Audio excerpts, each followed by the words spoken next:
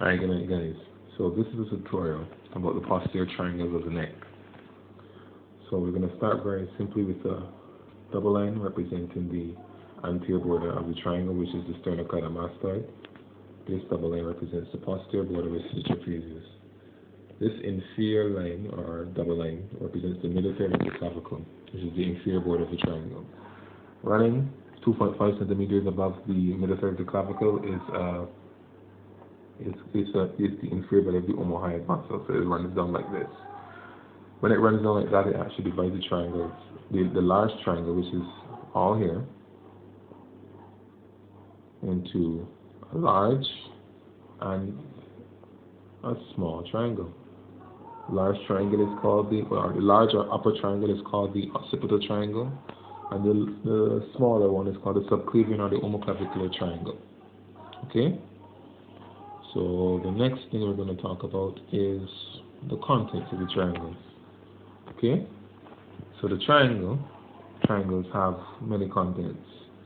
I like to divide everything up into and categorize everything.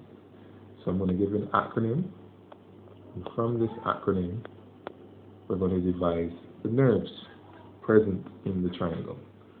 This B represents the branches of the cervical plexus. The U is not used. This is the roots of the brachial plexus. The P represents the phrenic nerve, and the S represents the spinal accessory nerves. So, branches of the cervical plexus, roots of the brachial plexus, the phrenic nerve, and spinal accessory nerve. Okay? The next thing we're going to look at, or the set of acronyms that we're going to look at, is the acronym for the blood vessels. So I have an acronym SITTS.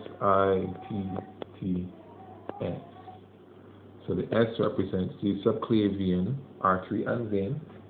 The I is not used. The T is the transverse cervical artery, and the other T is for the terminal portion of the external jugular vein, and the S is for the subscapular artery. Okay? So the subclavian artery and vein here, I is not used, transverse cervical, terminal portion of the external jugular vein, and the S is the subscapular artery. Okay? So the lymph nodes present in the posterior triangle will be the occipital and the superclavicular nodes. Okay? And then the muscles.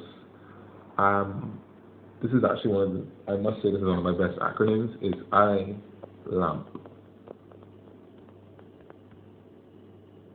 And so I-LAMPs, right?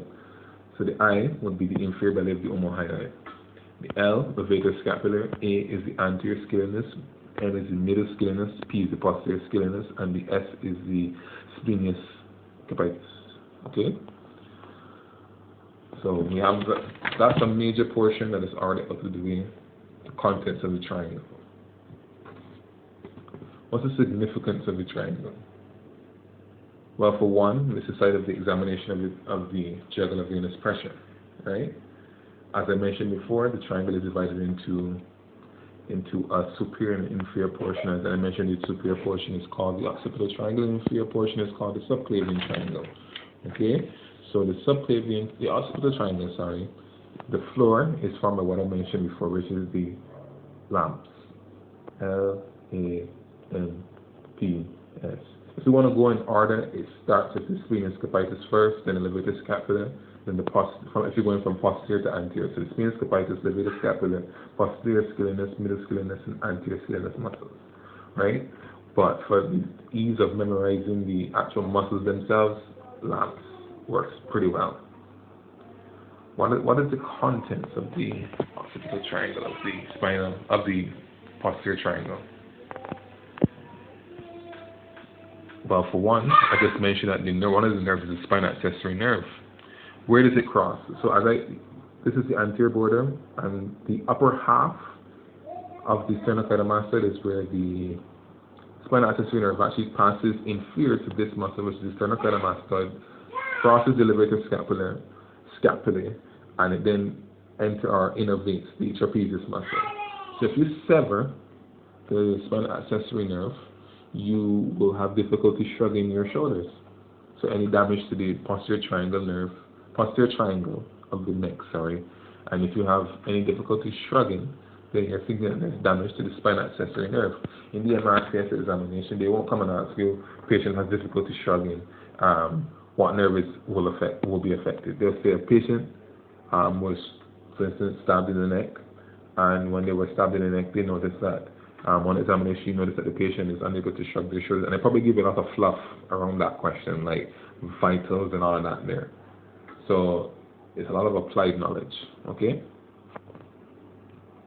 So as mentioned before, the spinal accessory nerve innervates the trapezius as well as the sternocleidomastoid. What else do you find in the posterior triangle? You find the superficial cervical branch of the cervical plexus. And the significance of this is that at the junction of the upper third, and the middle third, you will find the spinal accessory, the cervical plexus. And this is significant because this is where you actually do cervical blocks. And this point is actually known as the nerve point of the neck. We're going to go on a little bit and divert a bit and talk about the cervical plexus. The cervical plexus, you need to know the branches. I don't have an acronym for it, but how my mind works is that I actually just remember the letters that start the branches of it. So L, G, T, S, right? So you have the occipital, greater auricular, transverse cervical, and superclavicular. That's occipital, greater auricular, transverse cervical, and superclavicular. Okay. S-occipital is via C2 of the cervical plexus. The greater auricular is C2 to C3, and the transverse cervical is the same thing, C2 to C3, and the superclavicular is actually C3 to C4. As the name suggests, there's actually AC with the innervation, so the left occipital innervates the scalp behind the ear. The greater auricular innervates the skin over the parietal as well as the angle of the jaw, as well as the posterior ear as well. The transverse cervical innervates the skin of the front of the neck, and the superclavicular innervates, as it would indicate, supraclavicular, will innervate the sternoclavicular joint acromion as well as the anterior upper portion of the thoracic wall. So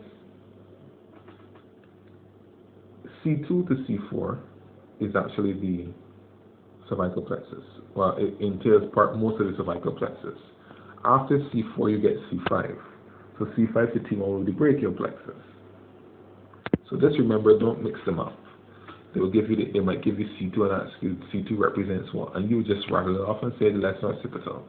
C2 to C3 can either be the greater auricular, the transverse cervical, and C2 to C4 will be superclavicular. Okay. So in the posterior triangle, you actually find the brachial plexus as well too. And the brachial plexus actually runs between the anterior and posterior scalenus muscles.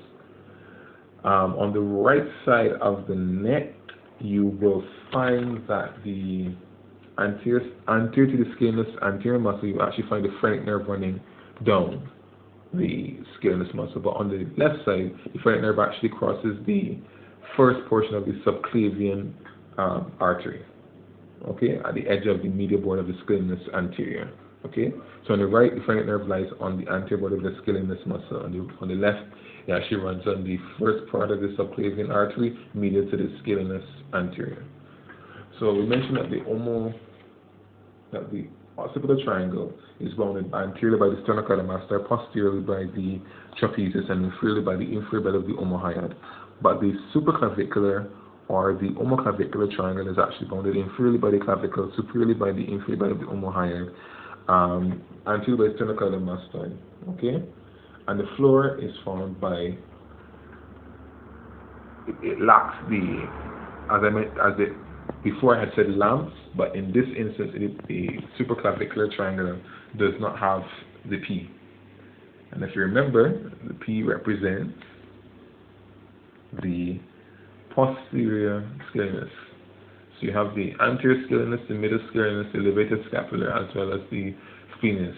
But you do not have the posterior scalenus running in this triangle. And I think this is just my belief. It's attributed to the fact that the inferior belly of the omohyoid runs diagonally down. So then it cuts off the posterior scalenus. Alright? So the next step is just to outline what are the contents of the Superclavicular Triangle. So remember that the occipital triangle contains the roots of the trunks of the brachial plexus, while the superclavicular triangle contains the superior, middle, and inferior trunks of the brachial plexus. Right? So the superior trunk is contained in the superclavicular triangle, in the occipital triangle, but while the superior, middle, and inferior trunks are contained in the superclavicular triangle. So the upper triangle only has the superior trunk. The lower triangle has all three trunks. Try to remember it like that. Okay? So the also present in this triangle, in the superclavicular triangle or the omoclavicular triangle, is actually the subclavian artery. Subclavian artery runs posterior to the anterior scalenus muscle. As mentioned before, the anterior scalenus muscle lies posterior to the subclavian artery lies posterior to the anterior scalenus muscle, and anterior to the anterior scalenus muscle lies the phrenic nerve on the right, and on the left, the phrenic nerve actually runs medial to the anterior scalenus muscle, anterior to the first part of the subclavian artery. Also present in this triangle is the external jugular vein. Okay? Subclavian artery, you need to know the branches. I have an acronym for that, which is VIC, CD.